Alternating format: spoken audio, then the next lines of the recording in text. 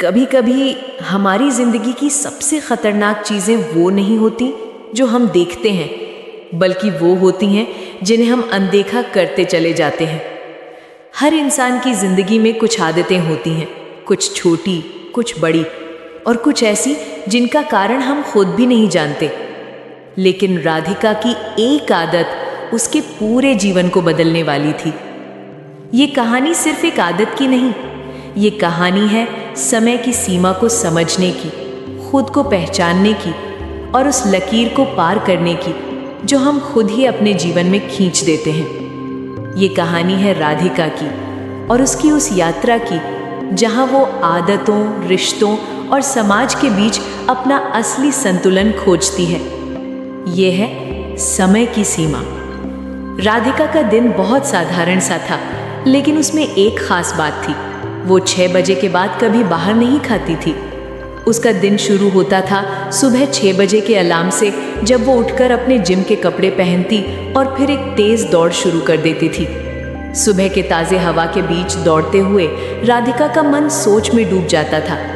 क्यों, कैसे और कब से उसने इस आदत को अपनाया था, ये सवाल अक्सर उसके मन में घूमता था। वो किसी को भी अपनी आदतों के बारे में नहीं बताती थी, क्योंकि उसे डर था कि लोग उसे पागल कहेंगे।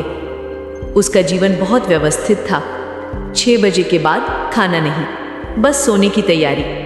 हर शाम जब बाकी लोग अपने दोस्तों के साथ बाहर खाना खाने जाते थे या परिवार के साथ डिनर पर निकलते थे, राधिका अपने कमरे में वापस लौट आती।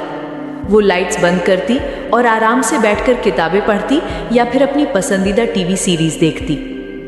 लेकिन इस आदत ने राधिका के जीवन में एक अलग सा रास्ता बना दिया था। उसकी दोस्ती धीरे धीरे कम हो गई, क्योंकि वे सब उसे किसी पार्टी या डिनर में शामिल करने के लिए बुलाते, लेकिन राधिका का जवाब हमेशा वही होता, 6 बजे के बाद बाहर खाना नहीं खा सकती। शुरुआत में उसकी दोस्तें उसे समझाती, लेकिन धीरे धीरे उन्होंने भी उसे छोड़ दिया। राधिका, क्या तुम पागल हो गई हो? एक दिन उसकी सबसे करीबी दोस्त मीरा ने कहा था। कभी पार्टी में तो आओ, हमारी लाइफ का हिस्सा बनो। राधिका जानती थी कि वो थोड़ा अलग है, लेकिन उसने अपनी आदत को कभी बदलने की कोशिश नहीं की। ये उसकी जिंदगी का हिस्सा बन चुका था। जैसे वो सुबह सैर करने जाती थी या किताबें पढ़ती थी, वैसे ही उसे 6 बजे के बाद खाना खाने की आदत बन चुकी थी। राधिका के माता पिता बहुत समझदार थे। वे उसे कभी भी अपनी आदतों के लिए जज नहीं करते थे, लेकिन कभी कभी उनकी चिंता झलकती थी। एक शाम जब राधिका अपने माता पिता के साथ डिनर पर बैठी थी, उसके पिताजी ने हल्के से कहा, बिल्कुल ठीक है बेटा, तुम खुद को ठीक से संभाल सकती हो, लेकिन क्या तुम कभी हमारी तरह बाहर खाना खाने का सोचोगी? तुम छोटी छोटी बातें कभी मिस नहीं करना चाहती हो? राधिका को एहसास हुआ कि उसके परिवार के लोग उसके लिए जो चाहते थे वो सिर्फ उसकी भलाई के लिए था। वो जानती थी कि वे चाहते थे कि वो अपने दोस्तों के साथ वक्त बिताए, समाज के साथ मिले और उन छोटे छोटे खुशियों का हिस्सा बने जो आम लोग अनुभव करते हैं। लेकिन राधिका का अपने फैसले पर विश्वास मजबूत था।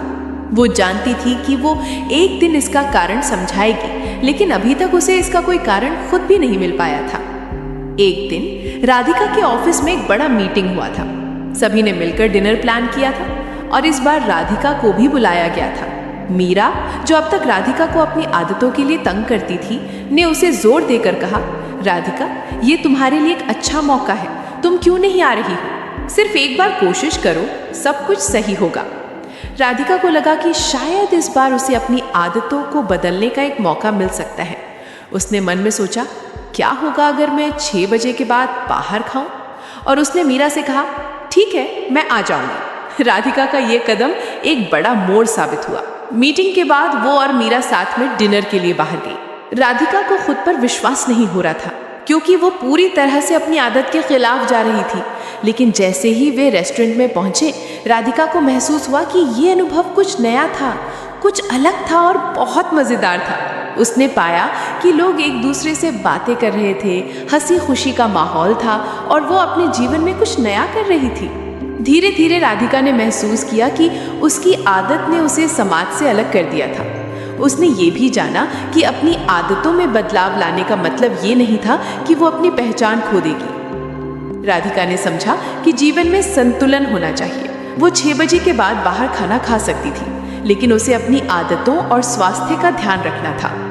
राधिका अब जान चुकी थी कि समय और आदतों को लेकर जितना सख्त होना चाहिए उतना ही लचीला भी रहना चाहिए। उसने अपनी आदतों में थोड़ी लचीलापन लाया। अब वो कभी कभी अपनी दोस्तों के साथ बाहर खाना खा लेती थी, लेकिन अपनी दिनचर्या से समझौता किए बिना।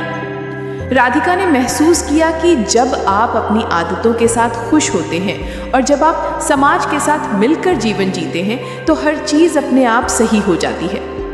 राधिका अब संतुलन में थी। उसे समझ में आ गया था कि आदतों और समय की अपनी सीमा हो सकती है, लेकिन ये भी ज़रूरी है कि हम कभी कभी अपने आराम क्षेत्र से बाहर कदम रखें, क्योंकि जीवन में कभी कभी सबसे अच्छे अनुभव उन सीमाओं को पार करके मिलते हैं। और इस तरह राधिका ने अपनी आदतों और समाज के बीच एक संपूर्ण संतुलन स्थापित किया। राधिका के लिए ये एक नई शुरुआत थी।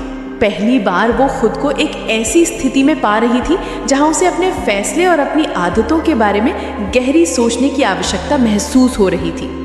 जब मीरा ने उसे डिनर के लिए बुलाया था तो उसने सोचा था कि एक बार इसे ट्राई कर लेने में क्या हर्ज है, लेकिन अब जब वो पहली बार बाहर खाने के अनुभव से वापस आई थी तो उसकी जिंदगी ने एक नया मोड़ लिया था।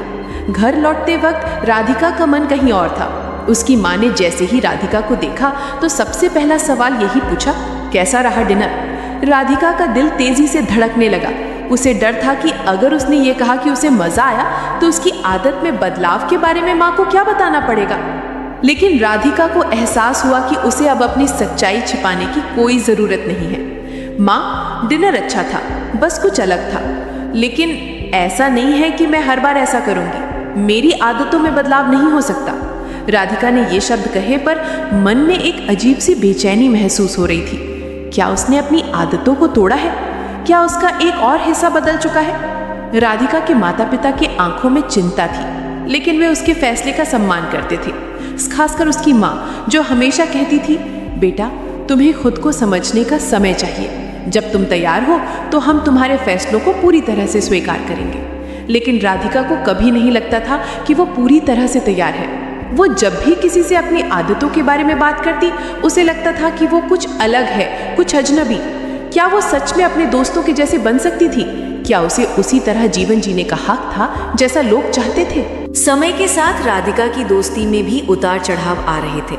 मीरा, जो उसकी सबसे करीबी दोस्त थी, अब भी राधिका से कहती रहती थी, तुम अब भी वैसी ही हो। तुम्हें समझना चाहिए कि डिनर पर जाना कोई बुरी बात नहीं है। ये तो एक हिस्सा है समाज का, लोगों के साथ जुड़ने का तरीका। लेकिन राधिका का मन नहीं मानता था। वो जानती थी कि मीरा की बात सही है, लेकिन वो अपने ही तरीके से खुश थी। वो नहीं चाहती थी कि समाज के दबाव के कारण अपनी आदतें बदल दे। एक दिन मीरा ने उसे कहा, राधिका, तुम्हारा तरीका तो बिल्कुल अलग है। क्या तुम कभी मेरे जैसा जीवन जी सकोगी? राधिका ने मीरा को देखा और मन में एक हलचल सी महसूस की। क्या सच में मीरा का जीवन बेहतर था? क्या उसने कभी खुद से पूछा था कि वो अपने फैसलों से खुश है या नहीं? राधिका को जवाब में कुछ नहीं कहना पड़ा। वो चुपचाप वहाँ से उठी और अपने कमरे में चली गई। उस रात राधिका को महसूस हुआ कि दोस्ती केवल मिलकर खाने या बाहर घूमने से नहीं बनती। दोस्ती का असल मतलब है एक दूसरे के विचारों, आदतों और अंतर को समझना। समय के साथ राधिका ने महसूस किया कि उसका जीवन केवल आदतों और नियमों तक सीमित नहीं था। उसे खुद से और अपने आदर्शों से प्यार करना भी आना चाहिए था। उसने सोचा कि अगर उसे अपनी आदतों में बदलाव लाना है तो उसके लिए किसी और से ज़्यादा खुद से प्यार करना ज़रूरी है। राधिका ने तय किया कि वो धीरे धीरे अपनी आदतों में लचीलापन लाएगी, लेकिन बिना किसी दबाव के।